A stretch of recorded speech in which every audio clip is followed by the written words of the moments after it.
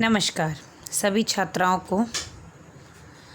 आज मैं कम्युनलिज़म संप्रदायवाद से परिचित कराने जा रही हूँ। आपने इस विषय का अध्ययन बीए थर्ड ईयर में भी किया था, लेकिन आज हम लोग इसको परास्नातक स्तर से समझने का प्रयास करेंगे। Good evening to all of you. Today we will discuss communalism. You have already discussed it in your third year graduation level, but today we will try to understand it with a little bit more intensely. Indian context में अगर हम देखें तो जो सांप्रदायिकता या सांप्रदायिक विचारधारा के 3 तत्व या चरण होते हैं और उनमें एक तारतम्य भी होता है। इस क्रम में जो पहला स्थान इस विश्वास का है कि एक ही धर्म के मानने वालों के सांसारिक हित यानी राजनीतिक, आर्थिक, सामाजिक और सांस्कृतिक हित भी एक ही जैसे होते हैं। सांप्रदायिक विचारधारा के उदय का ये पहला आधार है और इसी से ही धर्म पर आधारित सामाजिक राजनीतिक समुदायों की धारणा का जन्म होता है। वर्गों, जातियों, भाषाई, सांस्कृतिक जमातों, राष्ट्रों, प्रांतों, राज्यों जैसी राजनीतिक क्षेत्रीय इकाइयों के स्थान पर धर्म पर आधारित इन समुदायों को ही भारतीय समाज की बुनियादी इकाई के रूप में देखा जाने लगता है और ऐसा मान लिया जाता है कि भारतीय जनता धर्म पर आधारित इन समुदायों के सदस्यों के रूप में ही अपनी सामाजिक एवं राजनीतिक जीवन का संचालन कर सकती है और अपने सामूहिक यानी गैर व्यक्तिगत हितों की सुरक्षा कर सकती है। जो सांप्रदायिक विचारधारा का दूसरा तत्व है वो इसमें विश्वास करता है कि भारत जैसे बहुभाषी समाज में एक धर्म के अनुयायियों के सांसारिक हित यानी सामाजिक, सांस्कृतिक, आर्थिक, राजनीतिक हित अन्य किसी भी धर्म के अनुयायियों के सांसारिक हितों से भिन्न होते हैं। और सांप्रदायिकता का जो तीसरा चरण में हम तब प्रवेश करते हैं जब ये मान लिया जाता है कि विभिन्न धर्मों के अनुयायी या समुदायों के हित एक दूसरे के विरोधी होते हैं और इसी चरण में आकर सांप्रदायिक व्यक्ति जोर देकर ये कहने लगता है कि हिंदुओं और मुसलमानों के सांसारिक हित एक हो ही नहीं सकते, उनमें परस्पर विरोध होना स्वाभाविक है। 1937 से पहले अधिकांश सांप्रदायिकतावादी मसलन 1925 के पूर्व हिंदू महासभा, मुस्लिम लीग, अली बंधु और 1922 के बाद मोहम्मद अली जिन्ना, मदन मोहन मालवीय, लाजपत राय, एन.सी. केलकर इसी उदारवादी सांप्रदायिक ढांचे के तहत काम करते थे और धीरे धीरे इस विचार ने भारतीय मतलब उस समय ऐसे पृष्ठभूमि तो राष्ट्रीय आंदोलन की थी, लेकिन उसमें भी इस विचार पर के आधार पर ध्रुवीकरण होने की प्रवृत्ति देखने को मिलती है। अगर भारतीय ऐतिहासिक परिप्रेक्ष्य में देखें और बहुत पीछे के इतिहास में हम बाद में जाएंगे, पहले अगर अभी हम स्वतंत्रता संघर्ष के कॉन्टेक्स्ट को देखें तो हिंदू मुस्लिम की एकता पर गांधी जी ने काफ़ी बल दिया था और उनके लिए ये बहुत जो सत्य, अहिंसा और पर आधारित समाज के निर्माण और शांतिपूर्ण मतलब साध्यों की पवित्रता के कॉन्टेक्स्ट पर जो उन्होंने विचार रखे थे, उसमें भी उनका जो एक मूल मंत्र था वो सांप्रदायिक सौहार्द का था और कहीं ना कहीं वो उनका ये भी विचार शुरुआती दिनों में था। बाद में तो विभाजन के स्तर तक आने तक तो परिस्थितियों में काफ़ी बदलाव आ गया कि उनका ये भी मानना था कि भारत को अगर स्वतंत्रता प्राप्त करना होगा तो इसका जो एक बृहत्तर उद्देश्य है उसमें जो सांप्रदायिक सौहार्द को लेते हुए ही चलना ज़रूरी है, जिसमें कि हिंदू मुस्लिम वो एक ऐसा एक वैश्विक इस तरह का दृष्टिकोण अपनाएंगे जिससे उनके बीच के जो सामुदायिक जो विभेद है उनके बीच एक पुल बन जाए और उससे क्या होगा, आवश्यकता पड़ने पर गांधी जी ने उस समय कुछ तरीके भी अपनाए। जब कुछ सांप्रदायिक दंगे या इस तरह की घटनाएं होती थी तो वो व्रत के माध्यम से शांतिपूर्ण विरोध और फास्टिंग, अनशन, इन सब तरीक़ों से उन्होंने इस तरह के दंगों को ज़्यादा बढ़ने से रोकने में भी एक महत्वपूर्ण भूमिका निभाई थी। और ये मेथड एक ऐसा उन्होंने तरीका अपनाया था कि जिससे कि जो जितने भी इस तरह के गतिविधियों में उग्र गतिविधियों में संलग्न लोगों के मनस्थिति में परिवर्तन करने की दिशा में वो कार्यरत हुआ भी था। कई कंटेक्स्ट में वो काफ़ी सक्सेसफुल भी रहा है। और अगर हम भारतीय परिप्रेक्ष्य में देखते हुए सांप्रदायिकता को परिभाषित करना चाहे तो ये एक ऐसी विचारधारा है जो ये विश्वास करती है कि क्योंकि एक समूह के लोग किसी विशेष धर्म को मानते हैं तो इस परिणाम स्वरूप उनकी जो राजनीतिक, सामाजिक, आर्थिक हित है वो समान होगी। और संप्रदायवाद का जो समकालीन स्वरूप है भारत में, अगर हम उसके मतलब शुरुआत को देखें तो 19वीं 20वीं शताब्दियों में हम कह सकते हैं कि इसकी शुरुआत भारत में होती है, जब यहाँ पर निजातीय और सामुदायिक पहचान को लेकर पृथकतावादी आंदोलन काफ़ी ज़्यादा प्रबल हुए और ये असहिष्णु स्वरूप ग्रहण करता चला गया, क्योंकि ये परिणाम था उस समय की उपनिवेशवादी अर्थव्यवस्था का, जिसकी वजह से ये समस्याएं काफ़ी बलवती होती गई। कुछ लोगों का ये भी मानना है कि जो सांप्रदायिकता है या संप्रदायवाद है ये एक नकारात्मक कारक है जिसको हमें राष्ट्रवाद के विरोधी मानना चाहिए। दूसरे ये मानते हैं कि सामुदायिक पहचान इसमें उद्देश्य होता है और जो कहीं ना कहीं एक कॉमन, जो हमारे समान हितों की अभिव्यक्ति का एक अवसर प्रदान करता है। तो इस कॉन्टेक्स्ट में उसके सकारात्मक पक्ष को भी, एक सामुदायिक सदस्यता के सकारात्मक पक्ष को भी समझना बहुत ज़रूरी है। तो कम्युनलिज्म जो संप्रदायवाद है उसको एक शस्त्र के रूप में नेगेटिव तरीके से प्रयोग करने का काम उपनिवेशवादी नीति थी, जिससे कि ब्रिटिश साम्राज्य भारत में राष्ट्रीय आंदोलन की गति पर अवरोध लगा सके।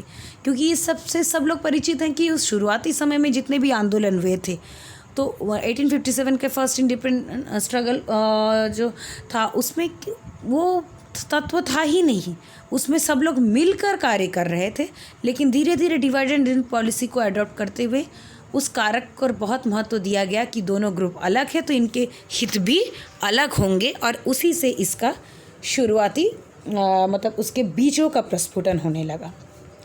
और 1920 में आते आते हम देखते हैं कि जो सामुदायिक जो एक वैमनस्य की स्थिति थी वो काफ़ी बढ़ती चली गई, और उसको बढ़ाने का कारण था 1909 का मार्लेमिंटो एक्ट और उसके बाद 1919 का मॉन्टेस्क्यू चेम्सफोर्ड एक्ट। उस दोनों अधिनियमों के माध्यम से जो वैमनस्य था दोनों समुदायों के बीच, उसको बढ़ाने का कार्य किया गया।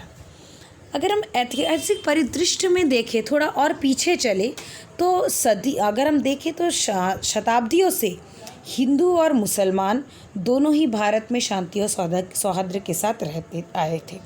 और ब्रिटिश के मतलब अंग्रेज़ों के आने से पूर्व धर्म या धार्मिक समुदाय का कहीं भी राजनीतिक वर्चस्व था ही नहीं, और समाज जो था वो एक शासक वर्ग और अभिशासी वर्ग यानी जनता के बीच ही विभक्त थी। ब्रिटिश साम्राज्य ने अपना आधिपत्य स्थापित करने के लिए अंग्रेज़ों ने क्या किया कि उन्होंने धार्मिक सांस्कृतिक जो अंतर था विभिन्न समुदायों के बीच उसको फोकस करने की शुरुआत की, उसको कैटर करने का, उसको अपने निहित स्वार्थों के लिए प्रयोग करना शुरू किया।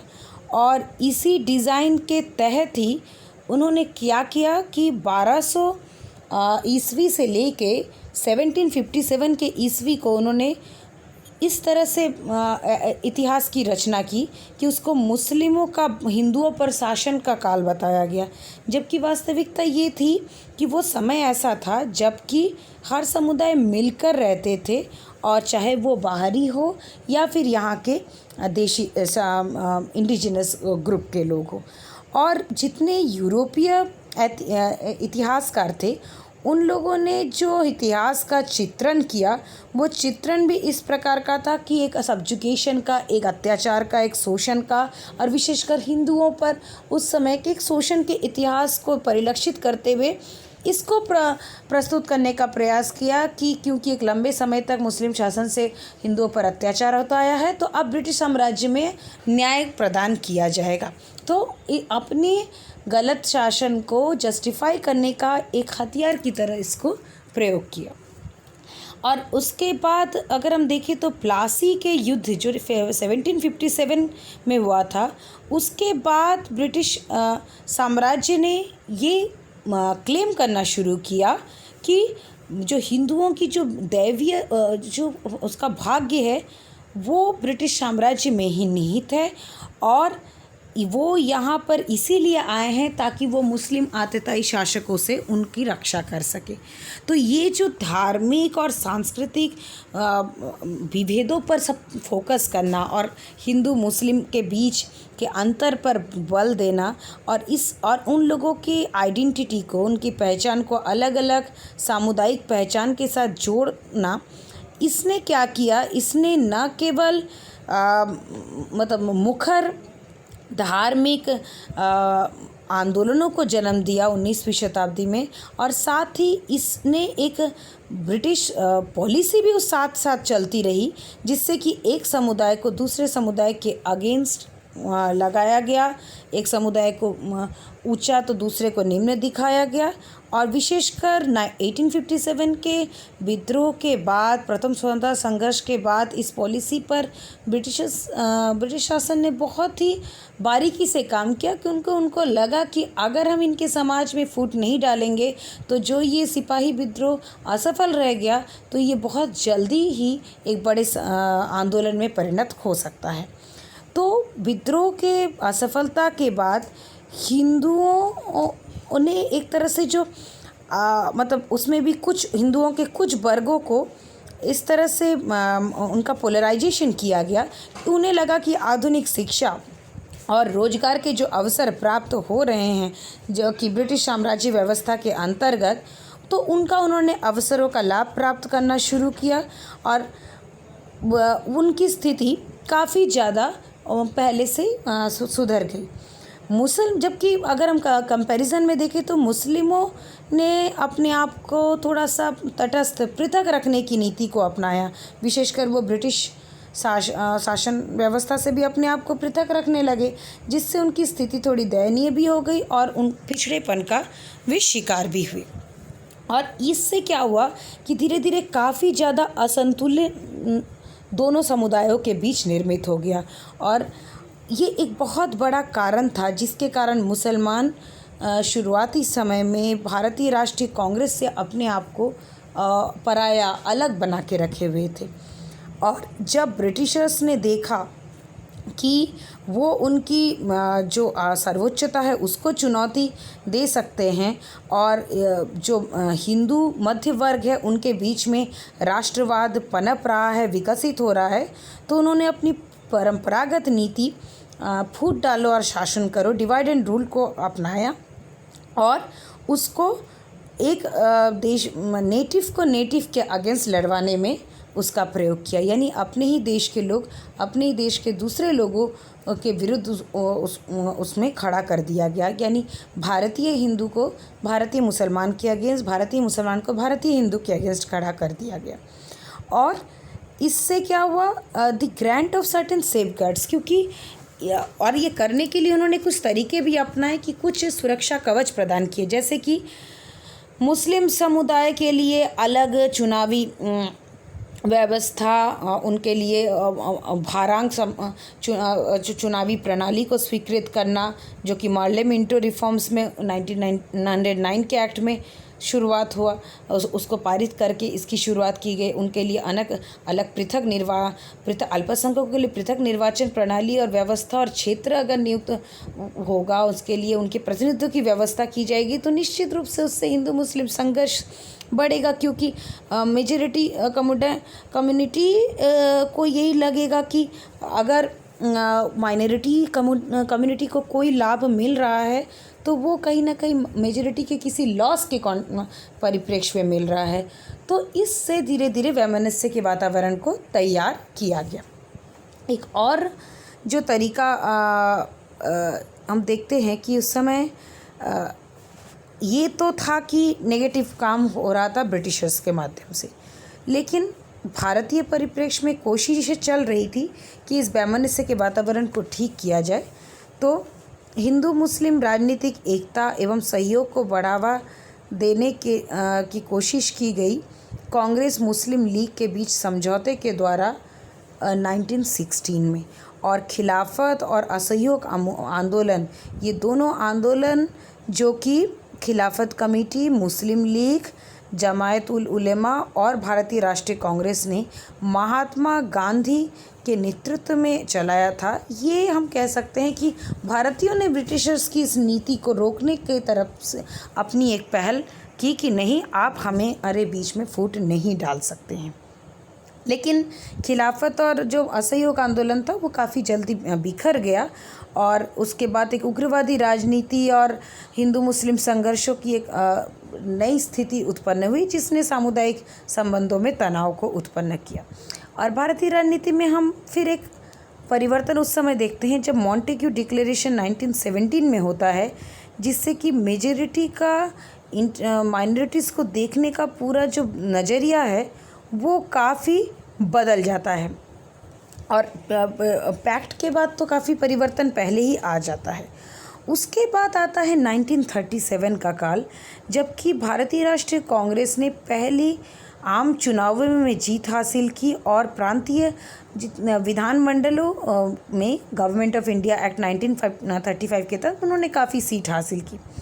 और उसमें इसमें उन्होंने गलती एक की कि बहुत ही मुख्य रूप से उन्होंने पूरी तरह से माइनॉरिटी जो अल्पसंख्यक दल थे उनको उन्होंने साथ लेके नहीं चला और उनको इवन मिनिस्ट्री में भी पोजीशन नहीं दिया गया। और इससे क्या हुआ, कांग्रेस और लीग यानी इंडियन नेशनल कांग्रेस और मुस्लिम लीग के बीच डायरेक्ट का संघर्ष, कन्फ्रंटेशन शुरू होता है और जिससे क्या होता है कि हिंदू मुस्लिम संबंध और ज़्यादा उसमें कटुता उत्पन्न होती है। फिर इस तरह से देखते हैं तो कहीं ना कहीं ये जो टर्म है सांप्रदायवाद, ये लगभग उसी समय ही मतलब कॉइन हो रहा है इंडियन कॉन्टेक्स्ट में। और उससे क्या हो रहा है, अंतरदलीय अंतर सामुदायिक वैमनस्य के वातावरण को प्रिपेयर किया गया। और इसी का ही परिणाम था कि फाइनली 1947 में भारत का विभाजन हुआ, क्योंकि परिस्थितियां तो इन्हीं घटनाओं के माध्यम से तैयार हुई। अब हम थोड़ा बात करते हैं कि गांधी जी का इंडिया के कम्युनल प्रॉब्लम पर क्या दृष्टिकोण था, क्योंकि उनका एक बहुत इम्पॉर्टेंट रोल रहा है हिंदू मुस्लिम एकता को बनाए रखने के लिए। उन्होंने जीवन भर कोशिश की, तो उसे हमें स्वीकार करना होगा और उसको समझना होगा। यहाँ उनका एक बहुत इंपॉर्टेंट कोटेशन है, उसको मैं पहले रीड आउट करूँगी, फिर उसकी जो एसेंस है उसको मैं आपके साथ डिस्कस करूँगी। In no part of the world are one nationality and one religion synonymous term, nor has it ever been so in India. India cannot cease to be one nation because people belonging to different religions live in it. तो उनका मानना है कि विश्व के किसी भी देश में हम देख सकते हैं कि एक ही राष्ट्रीयता, एक ही धर्म पर्यायवाची नहीं है और ये भारत के कॉन्टेक्स्ट में नहीं हो सकता है। भारत इस तरह का एक राष्ट्र बन ही नहीं सकता क्योंकि वो यहाँ पर किसी विशेष धर्म के लोग रह रहे हैं, इसलिए उसी धर्म का मानने वाले लोगों का ये राष्ट्र बन जाए।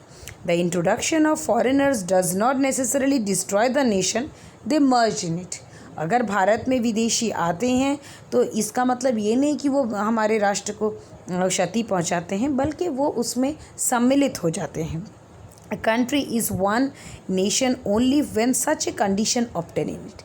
एक देश को हम तभी राष्ट्र कह सकते हैं, एक राज्य को तभी हम राष्ट्र कह सकते हैं जब ऐसी परिस्थितियां हों जिसमें अलग अलग समुदाय के लोगों को अपने में सम्मिलित करने की क्षमता रखता हो। That country must have a faculty for assimilation, मतलब उस एक देश में, एक राज्य में वो क्षमता होनी चाहिए कि वो अपने में सबको समाहित कर सके। India has ever been such a country, और भारत हमेशा से ऐसा देश रहा है। In reality there are as many religions as there are individuals, but those who are conscious of the spirit of nationality do not interfere with one's another religion. अगर वास्तविकता में देखें तो हमारे यहाँ जितने व्यक्ति हैं उतने धर्म हैं, लेकिन अगर राष्ट्रीयता की जो वास्तविक चेतना में अगर हम देखें तो कोई भी दूसरे के धर्म में हस्तक्षेप नहीं करता है। If they do they are not fit for to be considered a nation. और अगर भारत के लोग इस तरह करते हैं तो हमें भारत को एक राष्ट्र नहीं कहना चाहिए। If the Hindu believe that India should be peopled only by Hindus they are living in dream land. अगर हिंदू सोचते हैं कि भारत में केवल हिंदू रहेंगे तो वो एक स्वप्न लोक में जी रहे हैं। The Hindus, the Mohammedans, the Parsis and the Christians who have made India their country are fellow countrymen and they will have to live in unity if only for their own interest. Hindu, Mohammedan, Parsi, Christian जो भी भारत में रह रहे हैं, एक लंबे समय से उन्होंने भारत को अपना देश माना है, उन सबको एकता के साथ रहना होगा और ये उनके भी हित में है और ये राष्ट्र के भी हित में है। गांधी जी ने आगे मतलब ये जो एक आरोप लगाया जाता है हमेशा से कि हिंदू मुस्लिम के बीच में शुरुआती समय से एक शत्रुता रही है, उसके कॉन्टेक्स्ट में उनका मानना है कि नहीं, ये भी गलत है। वो कहते हैं कि that phase has been invented by our national enemy the British. ये जो परिस्थिति, ये जो कहा जाता है कि इनबॉर्न एनमिटी हिंदू मुस्लिम के बीच है, जन्म से इनके बीच में शत्रुता है, इस टर्म को, इस फ्रेज़ को हमारे जो राष्ट्रीय शत्रु है यानी जो ब्रिटिशर्स हैं, इनके द्वारा इस शब्द की व्युत्पत्ति हुई है। Before coming of the British both parties cease to quarrel and settle down to live in peace and realise that neither party would abandon its religion by the force of arm. क्योंकि British के आने से पहले ये कभी भी ये दल आपस में संघर्ष नहीं करते थे और वो शांति के साथ रहते थे और वो ये मानते थे कि कोई भी दल अपने धर्म को नहीं छोड़ देगा किसी बल के द्वारा या शस्त्रों के द्वारा या संघर्ष के द्वारा। With the advent of English the quarrels recommenced. अंग्रेजों के आने के बाद ही दोनों वर्गों के बीच में वैमनस्य और संघर्ष बढ़ा। Hindu and Muslims originated from the same stock. और हिंदू मुस्लिम की उत्पत्ति जो है एक समान लोगों से, मतलब भारतीय लोगों से ही हुई है, भारतीय ही उनके पूर्वज रहे हैं। तो Hindu and Muslim all the religions are different roads leading to the same God. सभी धर्म क्या है, अलग अलग पथ है जो कि एक ही भगवान की ओर, उसे भगवान कहे, अल्लाह कहे, जीसस क्राइस्ट कहे, उसकी ओर ले जाते हैं।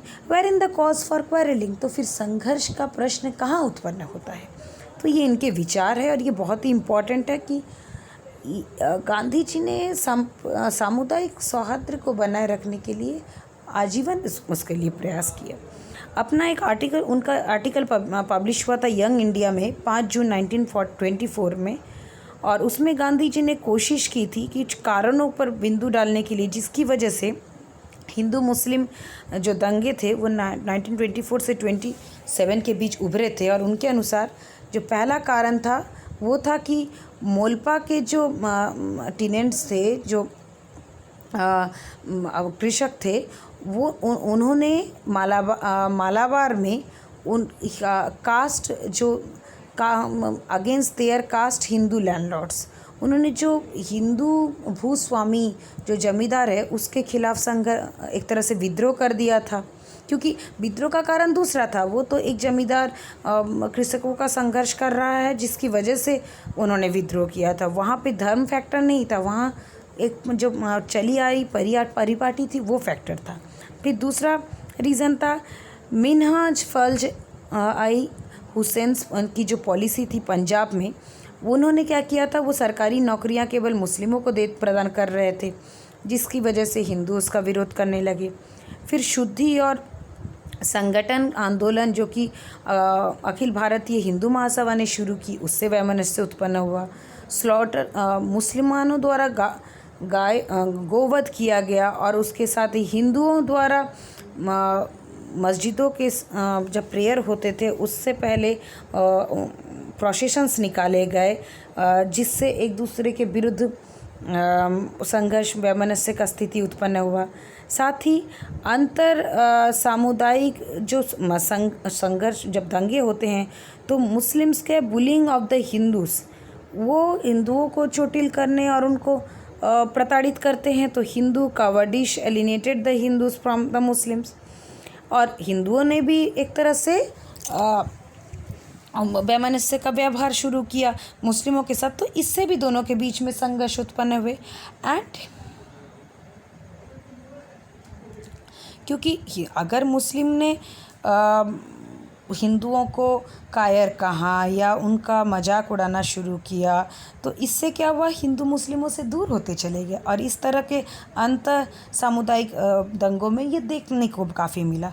और साथ ही जो मुसलमान थे वो अपने आप को हिंदुओं से पिछड़ा समझते थे, और उन्हें लगता था कि उनको उतना ज़्यादा विकास के अवसर प्राप्त नहीं हुए हैं, और इसकी वजह से भी वो अपने आप को उनसे पृथक मानने लगे।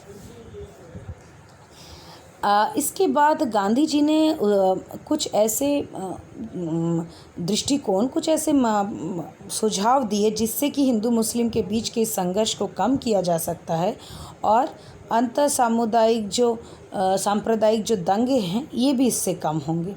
सबसे पहले तो replacement of the rule of the sword by that of arbitration, that is inter community dispute should be settle not by violent but by peaceful means. यानी जो तलवार से का शासन नहीं होना चाहिए, उसको हटा के हमें क्या करना होगा, हमें मध्यस्थता सुलह की बात करनी होगी। अर्थात अंत सांप्रदायिक जितने विवाद के विषय हैं उनको सहिंसा से नहीं बल्कि शांतिपूर्ण साधनों से उसके सुलह करने की आवश्यकता है। और अहिंसा के जो विचार है उसको चारों ओर फैलाना होगा, और उसको हिंसा से ज़्यादा महत्व देना होगा। उसी से लोगों के धीरे धीरे आत्मा में आत्मा के विचारों में परिवर्तन लाना होगा। फिर हिंदू मुस्लिम समुदाय के जितने भी नेता है उन्हें भी जो आपस में जो वो एक दूसरे को अविश्वास की नज़रों से देखते हैं, इस विचार को उनको त्यागना होगा। मुसलमानों को भी हिंदुओं को चिढ़ाने और हिंदू शुड टू बी और चिढ़ाने की प्रवृत्ति बंद करनी होगी, उन्हें प्रताड़ित करने की। और हिंदुओं को भी अपने आप को वो अगर उन्हें कावर्ड कह दिया गया, कायर कह दिया गया, उससे हताश होने या उससे दिग्भ्रमित होने की प्रवृत्ति को रोकना होगा। और मुसलमानों को भी इसका प्रयास करना होगा voluntarily to give up cow slaughter to appease Hindus. कभी कभी वो हिंदुओं के खुशियों के लिए जो गोवध है उसको स्वैच्छिक रूप से धीरे धीरे इस प्रक्रिया से वो हटे और उस प्रक्रिया को करना छोड़ दे। फिर सरकारी नौकरियों को जब भी उसमें भर्ती की जाए उसमें योग्यता को आधार माना जाए, न कि सांप्रदायिक कोटा को। हिंदू और मुस्लिम को स्वैच्छिक रूप से ही उन्हें ये जो शुद्धि और तबलीग प्रीचिंग के जो आंदोलन चल रहे थे दोनों धर्मों द्वारा, इन सब का बहिष्कार करना चाहिए, इसका अंग नहीं बनना चाहिए। और जितने भी सामुदायिक रूप से जो पक्षपातपूर्ण, जैसे आर्य समाजी सेक्शन जो पंजाब प्रेस का था, उसको रोक देना चाहिए कि वो इस तरह के उत्तेजक सामुदायिक लेखों के माध्यम से, सांप्रदायिक लेखों के माध्यम से किसी एक विशेष वर्ग में उत्तेजना का प्रसार ना करें। तो इसी परिप्रेक्ष्य में आगे बताते हुए यंग इंडिया में 27 फरवरी 1930 में उन्होंने अपने सत्याग्रहियों को, उनके जितने फॉलोअर्स हैं उनको इम्प्रेस करने की कोशिश की और उनको समझाया कि जो सांप्रदायिक दंगे हैं इस रास्ते में नहीं जाना नहीं चाहिए और उसमें एकदम तटस्थ भूमिका नहीं होनी चाहिए और हमेशा जो रास्ता सही लगे उसके साथ होना चाहिए और हमेशा कोशिश करनी चाहिए जिससे सांप्रदायिक सौहार्द का वातावरण बना रहे। और इसको गांधी जो संरचनात्मक कार्यक्रम का अभिन्न अंग भी मानते थे। अब ये तो थोड़ा सा हम लोग इंडियन कॉन्टेक्स्ट में उस समय का देख रहे हैं। तो हिस्टोरिकल कॉन्टेक्स्ट में जैसे 1909 में अलग मुस्लिमों के लिए चुनावी, जिसकी अभी हमने चर्चा भी की थी, उनके लिए अलग चुनावी मंडल की व्यवस्था की गई। फिर 1999 में इसको और बढ़ावा देते हुए दूसरे समुदायों को भी इसमें सम्मिलित कर दिया गया। इससे समस्याएं हुई। फिर जो धार्मिक सांस्कृतिक जो पहचान थे उनको भी यूज़ करते हुए अलग मुस्लिम पहचान को निर्मित करने का प्रयास ब्रिटिशर्स के द्वारा किया गया।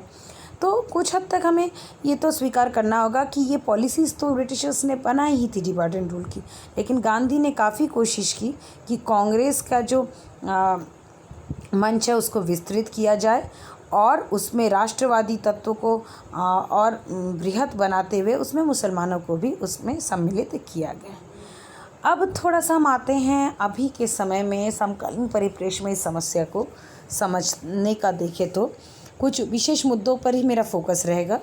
जैसे बेंडिर एंडरसन मानते हैं कि जो राष्ट्रवाद है उसको इस प्रकार परिभाषित किया जाता है कि ये एक its object in language of kinship of home, यानी इसमें भाषा की रिश्तेदारी या उसके वर्चस्व को एक लक्ष्य की तरह रखा जाता है, और जिससे क्या होता है ये परिलक्षित होता है विच इज़ नेचुरल और गिवन, यानी ये कुछ प्राकृतिक या कुछ दिए हुए अर्जित मतलब पहले से प्राप्त किए हुए स्थिति का बोध कराता है, और ये लोगों के उस प्रकार से संगठित करने का एक तरीका अपनाया जाता है कि प्री ऑक्युपाइड है कि ऐसा सिस्टम है तो हमें इसको फॉलो करना है, और फिर उसमें एसिमिलेशन के फैक्टर्स को थोड़ा कम कंसीडर किया जाता है। सुमित सरकार आगे बताते हैं कि जो महिलाएं हैं, कृषक है, वो विशेष जो कि वास्तव में प्रतिनिधित्व करते हैं एक बड़े वर्ग का, और वो उन्हीं को ही शुद्धता का परिमापक माना जाता है, और ये माना जाता है कि अगर उनको अशुद्ध कर दिया जाएगा तो उससे क्या होगा कि उन जो समुदाय के एक बेइज्जती हो जाएगी। और ये जो विचार है, ये विचार का क्रिएशन किसने किया है? इस आधुनिक दुनिया ने और पश्चिमी शिक्षा ने, इसने इस प्रकार के विचारों को जन्म दिया है। और इस प्रकार के जो स्वरूप शुद्धता का, पवित्रता का महिलाओं के शरीर के को कहीं ना कहीं राष्ट्र राज्य की संकल्पना के साथ जोड़कर देखा जाता है, जो भारत माता का कंसेप्ट है, माता को पर अत्याचार। तो ये चीज़ों से लोगों को सेंसिटाइज करने का कोशिश किया गया।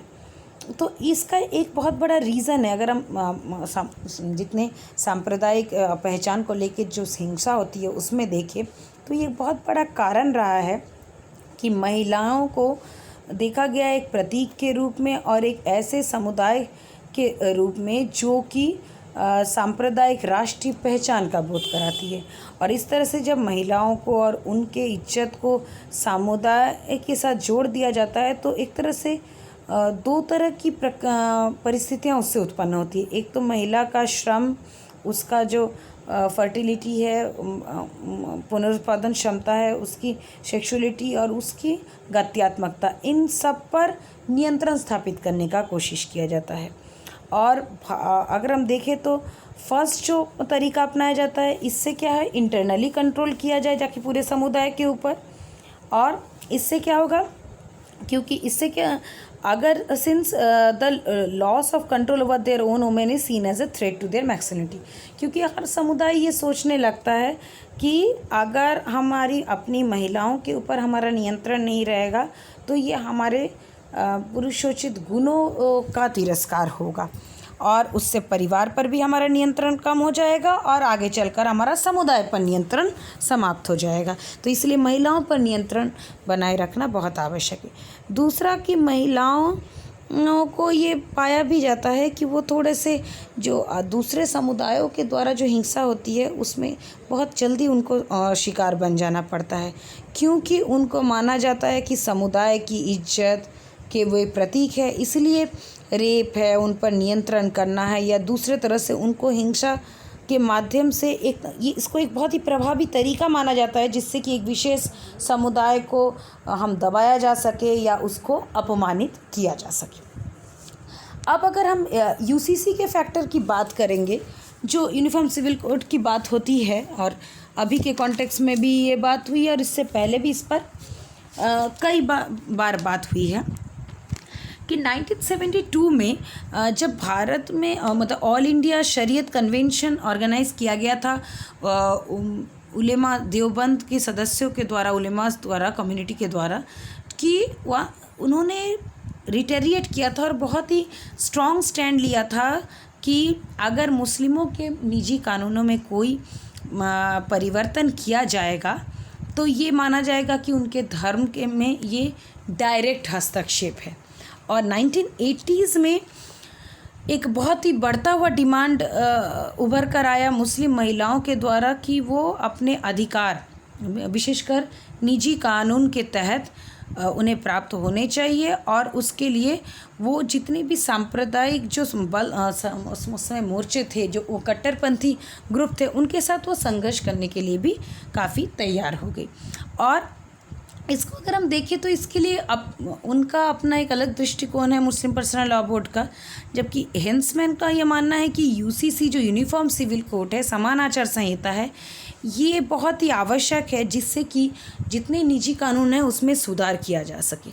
दूसरा जो एक इम्पॉर्टेंट फैक्टर है जिससे कि एक विशेष मतलब एक तरह से सांप्रदायिक उसके संघर्ष का ही एक स्वरूप है, वो है जो कास्ट पंचायत होती है उनके द्वारा, यानी जाति रूपी जो पंचायत है उनके द्वारा जो जनित हिंसा है, जिसको खाप पंचायत की हिंसा है, जो कि विशेषकर महिलाओं पर और जो जितने भी युगल हैं उन पर सामान्यतः ये अत्याचार होते हैं। तो ये इश्यूज़ जो ये जो मुद्दे हैं ये दिखाते हैं कि अब जो ये मुद्दा है कम्युनलिज्म का, संप्रदायवाद का है, इसमें वर्ग, जाति, समुदाय और जेंडर, इन सबको समाहित करते हुए ये समस्या उभर कर आती है। क्योंकि समस्या की जो जड़ है वो इतिहास में है, इसलिए इतिहास के परिप्रेक्ष्य में ही हम इसको अच्छे से समझ सकते हैं। ये भी एक बड़ा फैक्टर है। अगर हम देखें कि फिर से थोड़ा सा हम बैक में ही जाना चाहेंगे कि वो कौन कौन से तरीके थे जिसके ज़रिए, मतलब इसको समअप करने से पहले बहुत ज़रूरी है, समअप में भी हम गांधी की बात के साथ ही समअप करेंगे, कि जिससे ब्रिटिश हुकूमत ने भारत में सांप्रदायिकता को बढ़ावा दिया। एक तो उसने हिंदू, मुसलमान, सिखों को लगातार ऐसे अलग अलग समुदायों का दर्जा दिया कि जिससे सामाजिक, राजनीतिक उनकी जो पहचान है में कुछ भी वो साझा नहीं था। बताया भी गया कि भारत न तो एक राष्ट्र है, न राष्ट्र के रूप में उसका विकास हो रहा है और न वो विभिन्न जातियों का समुच्चय है। उसका गठन तो धर्म पर आधारित ऐसे समुदायों से हुआ है जिसके हित आपस में टकराते हैं। अब ये आर्गुमेंट उनके द्वारा दिया गया। दूसरा आर्गुमेंट उन्होंने क्या दिया था कि सांप्रदायिकतावादियों को सरकारी संरक्षण और रियायतें दी गई। मतलब आर्गुमेंट का ये एक तरीका, एक टैक्टिस उन्होंने अपनाया, जिससे कि यहाँ पर ब्रिटिश हुकूमत ने सांप्रदायिकता को खूब बढ़िया से पाला पोसा और उसको पुष्पित पल्लवित किया। तीसरा, सांप्रदायिक पत्रों, व्यक्तियों, आंदोलन के प्रति असाधारण सहिष्णुता दिखाई गई ब्रिटिश हुकूमत द्वारा। चौथा, सांप्रदायिक मांगों को तुरंत स्वीकार कर लिया गया था और इस तरह के सांप्रदायिक संगठनों को राजनीतिक मजबूती दी जाती थी तथा लोगों पर उनकी पकड़ बनी रहती थी। अगर उदाहरण के लिए देखें तो जैसे 1885 से 1905 तक कांग्रेस अपनी एक भी मांग मंजूर नहीं करा सका था, लेकिन मुस्लिम लीग ने 1906 में वायसराय के समक्ष अपनी सांप्रदायिकता की मांग रखी थी, तो जिसको उन्होंने तुरंत स्वीकार कर लिया। इसी तरह 1932 में जब अंग्रेज़ों ने जिसे कम्युनल अवार्ड कहा जाता है, जिसके माध्यम से उसकी तमाम मुख्य सांप्रदायिक मांगे थी, उसको अंग्रेज़ों ने मंजूर कर लिया, जबकि कई भारतीय जेन्युइन मांगों को उस समय खारिज कर दिया गया।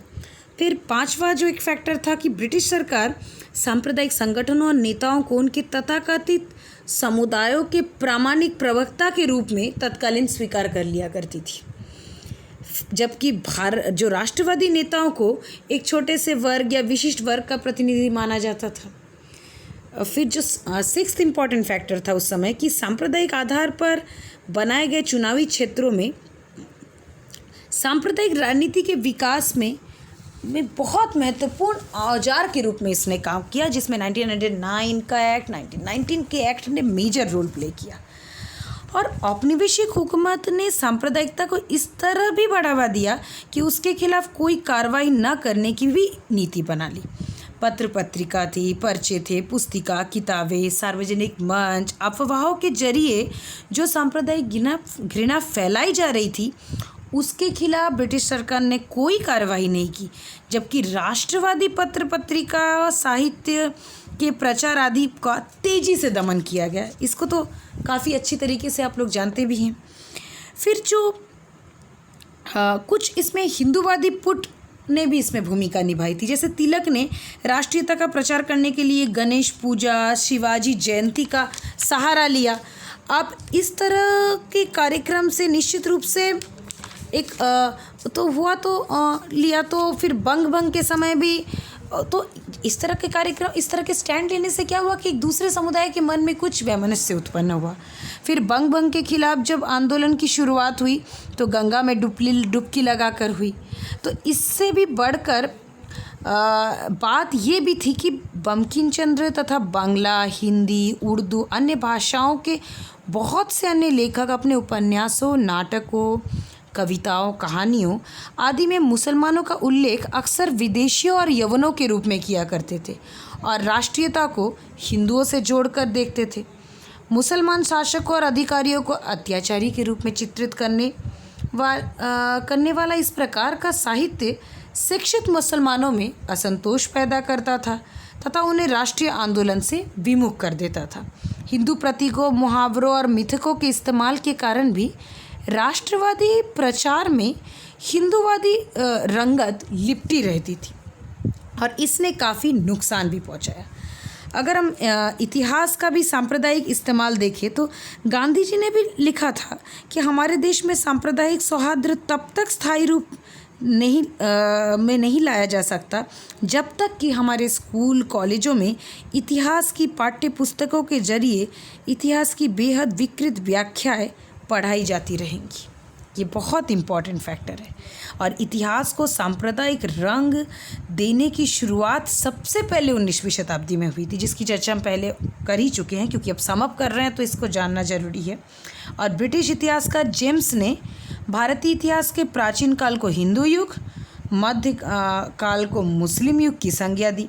इस लिहाज से उसे आधुनिक काल को ईसाई युग कहना चाहिए था, और जो कि वास्तव में इस तरह से उसको पोर्ट्रेट भी किया गया। और भारत में जो सांप्रदायिकता के विकास में धर्म की कोई बुनियादी भूमिका नहीं थी। धर्म के दो रूप हैं। उसका एक रूप है निष्ठाओं की वो पद्धति जिसके अनुसार व्यक्ति अपने जीवन का संचालन करता है, और दूसरा रूप होता है कि धर्म पर आधारित सामाजिक राजनीतिक पहचान की विचारधारा, यानी सांप्रदायिकता। दूसरे शब्दों में धर्म सांप्रदायिकता का कारण नहीं बनता। हालांकि सभी तरह के सांप्रदायिकतावादी धार्मिक मतभेदों का इस्तेमाल तो करते हैं। इन मतभेदों का इस्तेमाल उन सामाजिक आवश्यकताओं, आकांक्षाओं और संघर्षों इत्यादि को ढकने या विकृत रूप से पेश करने के लिए किया जाता है जिसका धर्म से कुछ भी लेना देना नहीं होता है। और सांप्रदायिकता के दायरे में धर्म उसी हद तक आता है जिस हद तक वो गैर धार्मिक मामलों में राजनीतिक उद्देश्य की पूर्ति करता है। और अगर हम नरमपंथी संस्थाओं सांप्रदायिकता का दौर देखें तो सर सैयद अहमद खान ने शिक्षण संस्थान खोले तो असांप्रदायिक आधार पर। 1860 में के दशक में उनके द्वारा स्थापित वैज्ञानिक संस्थाएं हिंदू और मुसलमानों दोनों के लिए थी। अलीगढ़ कॉलेज उन्होंने मुसलमानों में आधुनिक शिक्षा के प्रति विरक्ति दूर करने के लिए खोला। इसे न केवल हिंदुओं से काफ़ी आर्थिक मदद मिली बल्कि इसके अध्यापक और छात्रों में भी हिंदुओं की संख्या कम नहीं थी। तो ऐसा नहीं है कि उसमें पॉजिटिव एस्पेक्ट्स को भी देखना ज़रूरी है। और कांग्रेस साम्राज्यवाद के विरुद्ध तो जैसे वायसराय डरफिन और संयुक्त प्रांत के लेफ्टिनेंट गवर्नर ने 1887 में एक तरह से हमला ही बोला था, क्योंकि कांग्रेस के वर्चस्व को वो कांग्रेस धीरे धीरे बड़े एक मंच के रूप में उभर कर आए, ये अंग्रेज चाहते ही नहीं थे। उनका ये शुरू से ही ये था कि उन्हें इस तरह से इसको मंच के रूप में विकसित नहीं करना है, और उसके लिए वो कार्यरत भी थे। अब इसमें अगर हम देखें तो सैयद अहमद को लगा कि सरकार का साथ देकर ही मुसलमानों के आर्थिक अवसर बढ़ाए जा सकते हैं। तो शुरुआत का जो उनका स्टैंड था वो खुद ही अपने स्टैंड से काफ़ी अलग चले गए, और इससे जो है उससे काफ़ी क्षति भी पहुंची पूरी आंदोलन को, क्योंकि शुरुआत में तो वो सबको लेकर साथ चल रहे थे, लेकिन बाद में क्या किए, उन्होंने मुसलमानों के हितों की पूर्ति को उसका लक्ष्य बनाया। और सैयद अहमद और उसके समर्थकों ने ये कहना शुरू किया कि अगर अंग्रेज भारत से चले जाएंगे तो हिंदू अपने संख्या बल के कारण मुसलमानों पर हावी हो जाएंगे और उनके हितों का गला घोट देंगे। सैयद अहमद खां का मानना था कि भारत में मुस्लिम जो हितों की सबसे अच्छी देखभाल अंग्रेज ही कर सकते हैं, अतः मुसलमानों को सरकार के प्रति वफादार रहना चाहिए और राष्ट्रीय कांग्रेस का विरोध करना चाहिए। और सैयद अहमद खान अब पहले के विपरीत मानते थे कि भारत एक राष्ट्र ही नहीं है। उनके अनुसार कांग्रेस एक हिंदू संस्था है और उनका उद्देश्य मुस्लिम हितों के विरुद्ध है। और ये इससे क्या हुआ कि जब एक शिक्षित वर्ग से इस तरह के विचार आते हैं तो उससे उनका जो पूरा समुदाय है वो उससे प्रभावित होने लगता है, और यही चीज़ हुआ। सैयद अहमद खां की मृत्यु के बाद भी जो मुस्लिम संप्रदायवादियों ने सरकार के प्रति वफादारी की नीति बनाए रखी। 1905-6 के दौरान जब बंगाल में स्वदेशी आंदोलन छिड़ा तो उन्होंने सरकार का पक्ष लिया। स्वदेशी आंदोलन में भी भाग लेने वाले मुसलमानों को इस्लाम के कमीने गद्दारों और कांग्रेसी दलालों की उपाधि दी गई। और 1887 के कांग्रेस अधिवेशन की अध्यक्षता बदरुद्दीन तैयब जी ने की थी। बाद के अधिवेशनों में मुसलमान प्रतिनिधियों की संख्या भी लगातार बढ़ती गई। तो ऐसा नहीं था कि उदीयमान मुस्लिम शिक्षित वर्ग को निष्क्रिय या सरकार समर्थक बनाए रखने की कोशिश पूरी तरह से सफल नहीं हुई थी, क्योंकि आर.एस. सयानी, ए. हिमजी, मीर मुशर्रफ हुसैन, हामिद अली खान तथा बम्बई, बिहार, उत्तर भारत कहना चाहिए, उत्तर भारत के अनेक अन्य मुस्लिम बुद्धिजीवी कांग्रेस में शामिल भी हुए थे। फलस्वरूप 1907 में ऑल इंडिया मुस्लिम लीग की जो हम देख सकते हैं कि स्थापना क्यों हुई थी, क्योंकि मुस्लिम स्वदेशी आंदोलन ने जिस जन राजनीति की शुरुआत की उसके प्रभाव में काफ़ी मुसलमान कांग्रेस की ओर आकर्षित हुए और सरकार को कुछ संवैधानिक रियायतों की घोषणा भी करनी पड़ी। अब मुस्लिम सांप्रदायिकतावादियों को लगा कि निष्क्रियता की छोड़कर निभोगी और सक्रिय राजनीति में आना होगा, और इसलिए ऑल इंडिया मुस्लिम लीग की स्थापना हुई। इसके संस्थापकों में भी कई बड़े जमींदार, भूतपूर्व नौकरशाह, आगा खां, नवाब सोहनिस उल मुल्क जैसे अभिजात वर्गीय लोग थे। और उसने न केवल बंग का समर्थन किया, मुसलमानों के लिए अलग मतदाता मंडलों की मांग भी रखी, बल्कि वे सभी सांप्रदायिक मांगों भी दोहराई जिन्हें सैयद अहमद के समय में पेश किया जा रहा था। मुस्लिम लीग की स्थापना का उद्देश्य ही था कि मुस्लिम शिक्षित वर्ग को कांग्रेस से विमुख करना था, और उसका संघर्ष औपनिवेशिक सत्ता से नहीं था बल्कि राष्ट्रीय कांग्रेस और हिंदुओं से था। और जो ऐसा नहीं था कि सिर्फ एक पक्ष से ये हो रहा था। दूसरी तरफ अगर उसी समय पैरेलली अगर हम देखें तो हिंदू सांप्रदायिकता का भी उदय होने लगा था कि जैसे अंग्रेजी पुस्तिका राजनीति में आत्म अस्वीकार में लालचंद ने कांग्रेस को हिंदुओं का ऐसा दुर्भाग्य बताया जिसे उन्होंने खुद ही आमंत्रित किया। अब इससे क्या हुआ कि यहाँ भी पोलराइजेशन शुरू हुआ। अखिल भारतीय हिंदू महासभा का पहला अधिवेशन अप्रैल 1915 में कासिम बाजार के महाराजा की अध्यक्षता में हुई, लेकिन महासभा मुस्लिम लीग की तुलना में बहुत धीरे धीरे आगे बढ़ रही थी। फिर जो पृथक मतदाता मंडल का निर्णय था वो बहुत ही हानिकारक रहा, क्योंकि 1907 के मौल्य मिंटो सुधारों ने सांप्रदायिक आधार पर मतदाता मंडल बनाए। इससे सांप्रदायिक राजनीति के फैलाव को एक मजबूत आधार मिला। इस पद्धति के तहत मुसलमान, बाद में सिख और अन्य मतदाताओं के लिए अलग चुनाव क्षेत्र बना दिए गए, जहां सिर्फ मुसलमान उम्मीदवार ही खड़े हो जाते थे और मतदान का अधिकार भी मुसलमानों को ही था। चूँकि इन चुनावी क्षेत्रों में सभी मतदाता एक ही धर्म को मानने वाले थे, अतः उम्मीदवारों को अन्य धर्मावलंबियों की चिंता नहीं करनी होती थी। वे जमकर सांप्रदायिक आधार पर चुनाव प्रचार करते थे। विधायिकाओं, सरकारी नौकरियों, शिक्षण संस्था आदि में सीटों के आरक्षण की पद्धति का भी यही दुष्परिणाम हुआ। फिर मौलाना, अगर हम देखें तो ऐसा नहीं है, कुछ समस्याएं और दूसरे तरीके से आई।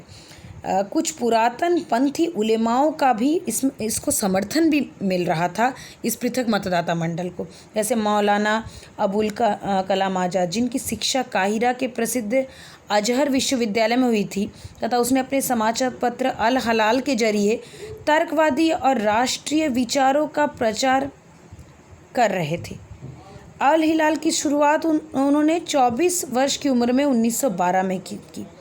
तो इस तरह गहन संघर्ष के बाद मुस्लिम लीग में राष्ट्रवादी मुसलमानों को प्रमुखता मिलने लगी। ऐसा नहीं था कि सिर्फ नेगेटिव लोग ही मुस्लिम लीग में थे, पॉजिटिव लोगों का भी उसमें समन्वय होने लगा।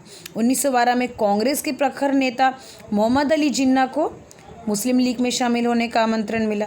लीग तब तक अपने उद्देश्यों में स्वशासन को शामिल कर चुकी थी और उसी साल आगा खान ने लीग की अध्यक्षता से इस्तीफा दे दिया था। और फिर अगर हम देखें, जब कांग्रेस और मुस्लिम लीग जिस दिशा में बढ़ रहे थे, उसमें आगे चलकर दोनों के बीच में एक तरह की राजनीतिक एकता आनी ही थी। इसमें लोकमान्य तिलक, मोहम्मद अली जिन्ना ने महत्वपूर्ण भूमिका निभाई। 1916 के अंत में इन दोनों ने क्या किया कि दोनों संगठनों का अधिवेशन लखनऊ में हुआ। वहाँ एक समझौते पर हस्ताक्षर हुआ, जिसे लखनऊ समझौता कहा गया, और दोनों संगठनों ने सरकार के सामने एक जैसी ही राजनीतिक मांगें रखी, जिसमें से एक ये थी कि युद्ध समाप्त होने पर भारत को स्वशासन मिले और लखनऊ समझौते में अल्पसंख्यकों के लिए पृथक मतदाता मंडलों और सीटों के आरक्षण को मान्यता दी गई थी। तो ये एक बहुत बड़ा फैक्टर है कि कुछ मामले में सुलह करने के लिए कुछ अनुचित मांगों को स्वीकार भी कर लिया गया था। फिर जैसे हिंदू मुस्लिम एकता का भी दौर आया। प्रथम विश्व युद्ध के बाद रोलेट कानून के विरोध तथा खिलाफत और असहयोग आंदोलन के दौरान तो हम लोग पहले ही डिस्कस कर चुके हैं कि राष्ट्रवादी धारा और मजबूत हुई और हिंदू मुस्लिम एकता के नारे लगने लगे, और ऐसा लग भी रहा था कि हिंदू मुस्लिम एक है। और आर्य समाजी जो नेता स्वामी श्रद्धानंद को दिल्ली की जामा मस्जिद के मंच से भाषण करने के लिए आमंत्रित किया गया। डॉक्टर सैफुद्दीन किचलू को अमृतसर के स्वर्ण मंदिर की चाबियां सौंप दी गई। हिंदू मुस्लिम की जय की हवा चारों ओर बहने लगी। भूस्वामी संप्रदायवादी तथा भूतपूर्व नौकरशाह मुस्लिम लीग से अपना संबंध तोड़ने लगे।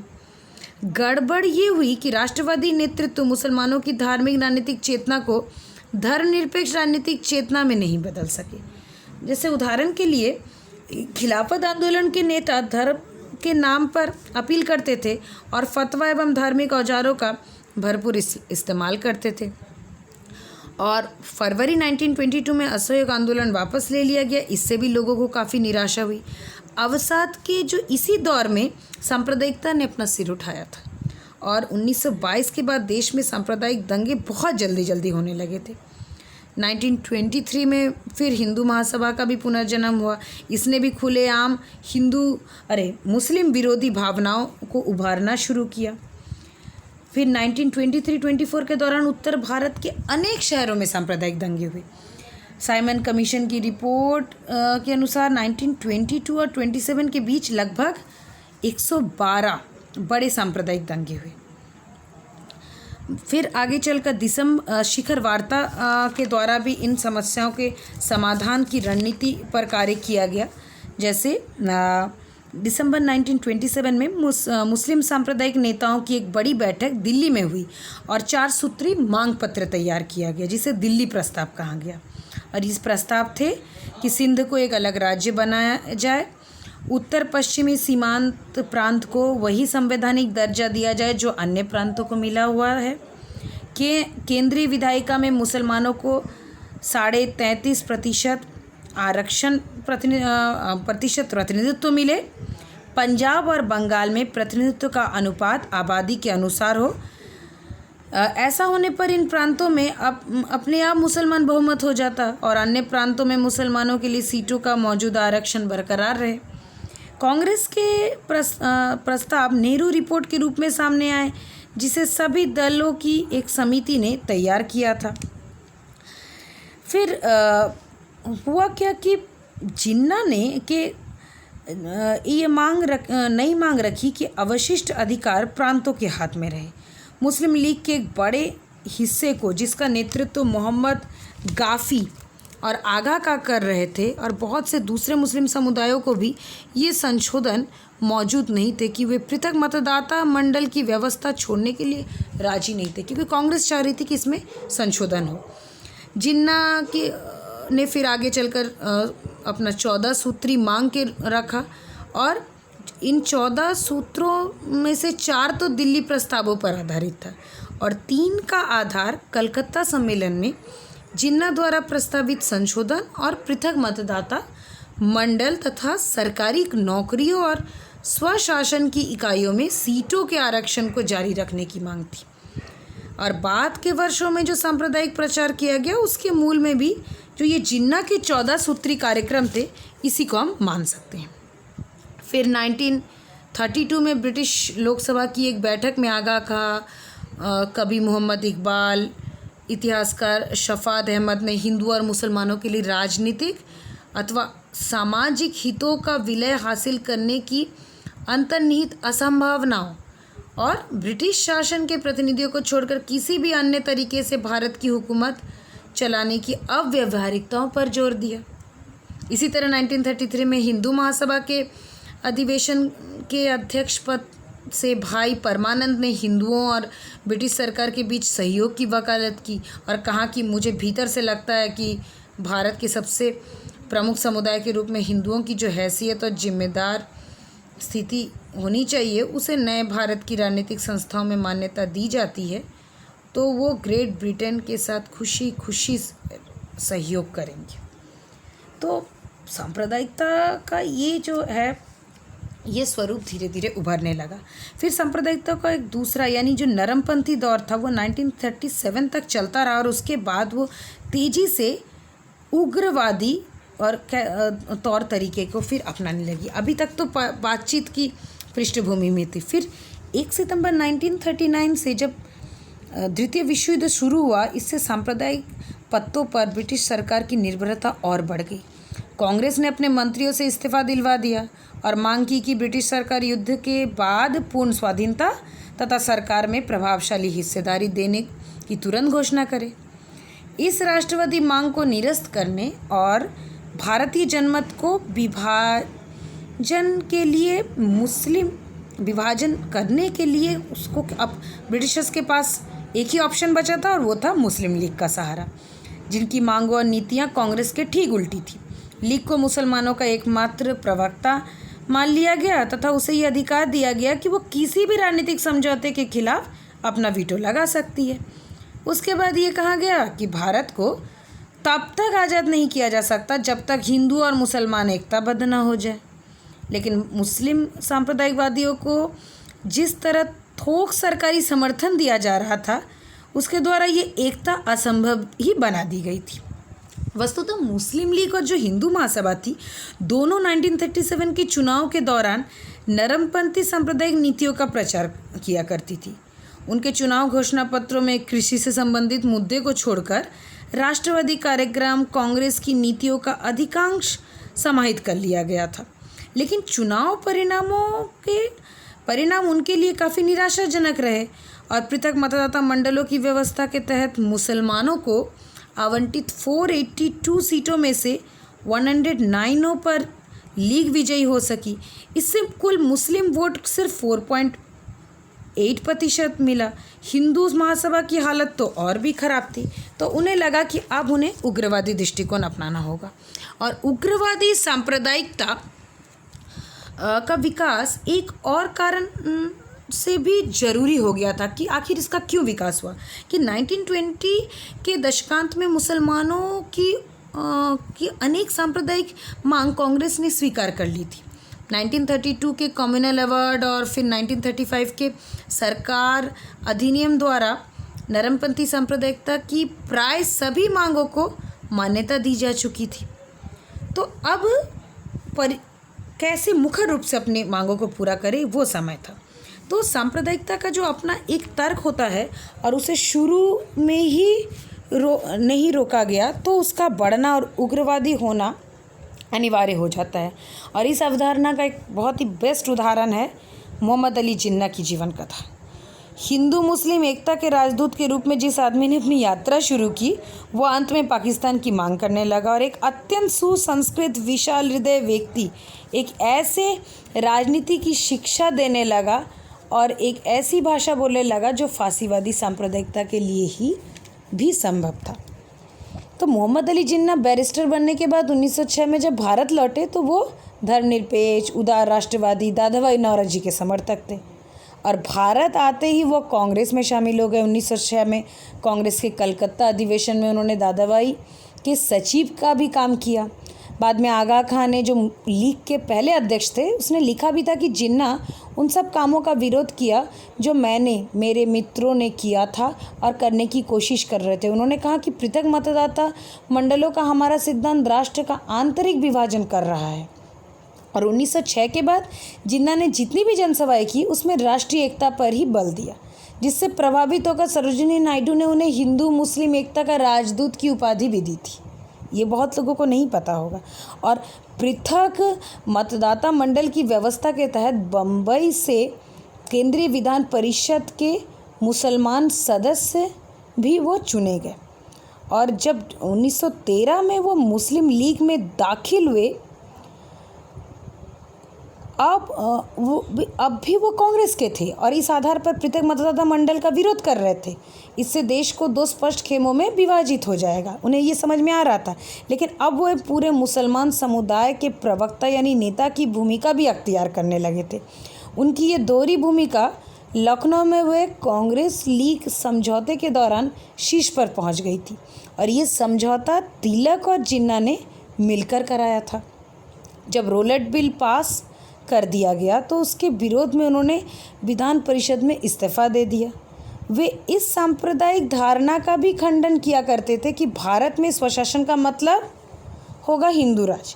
उनका मानना था कि भारत में असली राजनीतिक मुद्दा एक ही है और वो है होम रूल यानी सत्ता का नौकरशाही से लोकतंत्र में हस्तांतरण। और 1924 में समाप्त प्राय मुस्लिम लीग को पुनर्जीवित किया गया और मुस्लिम हितों और अधिकारों की रक्षा के नारे के आधार पर उसे सुदृढ़ बनाने का प्रयास किया गया। अब उसकी राजनीति अब बुनियादी सांप्रदायिक विचार के आधार पर चल रही थी कि मुसलमानों को अपना अलग संगठन बनाना चाहिए और एकता के साथ रहना चाहिए और अपने समुदाय की सुरक्षा के लिए हर संभव मुद्दे पर जोर लगाना चाहिए। तो ये चीज़ है ना कि शुरुआत में अगर इस चीज़ को रोक दिया जाता तो स्थिति कुछ और होती। तो अब हम इसको समाप्त करते हैं कि गांधी जी ने भी अपने जीवन के अंतिम समय में उनको इस बात का आभास हो गया था कि भारत में जो सांप्रदायिकवाद है उसकी जड़ें वो कहीं ना कहीं जातिवाद से जुड़ी हुई है और सांप्रदायवाद तब तक समाप्त नहीं हो सकता जब तक जातिवाद को पहले हम समाप्त ना कर दें। और इसको उन्होंने अपने उसमें collected works of Mahatma Gandhi में 113वें पेज पर ये लिखा भी है।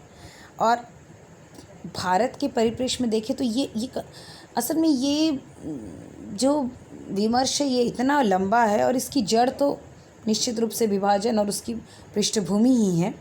तो इसका कोई अंत नहीं, लेकिन हमें इसको समाप्त करना होगा, इसको समझना होगा कि विभाजन न तो अपरिहार्य था न ही आवश्यक था। ये अप्राकृतिक जो विभाजन किया गया, इससे क्या हुआ, कई लोगों ने अपने जीवन, लाखों लोगों के जीवन का क्षय हुआ। बहुत लोग विस्थापित हुए, लाखों संख्या के लोग विस्थापित हुए और पूरी तरह से जो ये बहुसंख्यक और अल्पसंख्यक संप्रदायों के बीच में जो समीकरण है, इसमें जो परिवर्तन आए, इसने एक अपने पीछे एक बहुत ही नाजुक मुद्दा छोड़ देगा कि कैसे दोनों में सौहार्द आएगा, जो कि अभी तक पूरी तरह से सॉल्व नहीं हो गया है। अभी के समय के केसेस, क्योंकि आप लोग को रिसेंट डेवलपमेंट तो अक्सर मिल ही जाता है, लेकिन इतिहास को समझना बहुत ज़रूरी है, इसलिए मैंने उस पर ज़्यादा फोकस किया। क्योंकि हाल के समय के तो कई मुद्दे आप देंगे और इसको इस तरह से आप समझेंगे कि इसके लिए बहुत ज़रूरी है कि सांप्रदायिक सौहार्द की उस परिपाटी को जन्म ले, वो आपसी सौहार्द और पंथ निरपेक्षता के मूल जड़ को समझे, तभी हम संप्रदायवाद एक संप्रदाय की पहचान और विकास से जुड़ा होगा और वो सांप्रदायिक वैमनस्य का कारण नहीं होगा। धन्यवाद। Thank you.